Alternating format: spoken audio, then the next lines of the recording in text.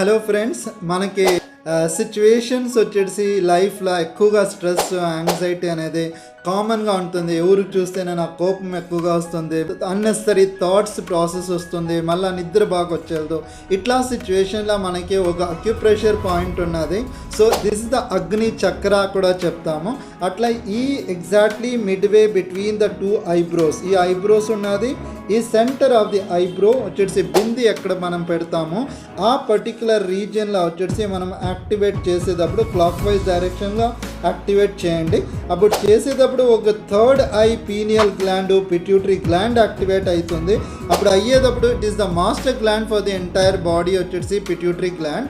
Even చిన్నోళ్ళకి వచ్చేసి height increase అయ్యేదో అట్లా situation కానీ, మళ్ళీ స్ట్రెస్ కానీ, నిద్ర బాగా వచ్చేదో, మెమొరీ బాగుండేదో అట్లా సిచ్యువేషన్లో ఈ బిందుకు వచ్చేసి మనం క్లాక్ వైజ్ డైరెక్షన్లో యాక్టివేట్ చేస్తాము, మళ్ళీ యాంటీ క్లాక్ వైజ్ డైరెక్షన్లోనూ యాక్టివేట్ చేస్తాము.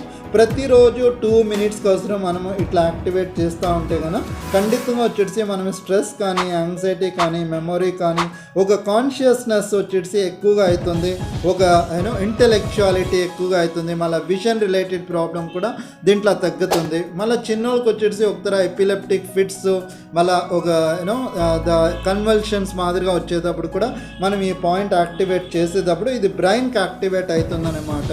So therefore it is overall good health కోసం ప్రతిరోజు మనం ఇట్లా చేస్తూ ఉంటే కనుక ఒక మెమరీ కూడా బూస్ట్ అవుతుంది, రాత్రిలో నిద్ర బాగా వస్తుంది, మన స్ట్రెస్ కూడా మనం ఫ్రీగా ఉండొచ్చు అన్నమాట. Thank you.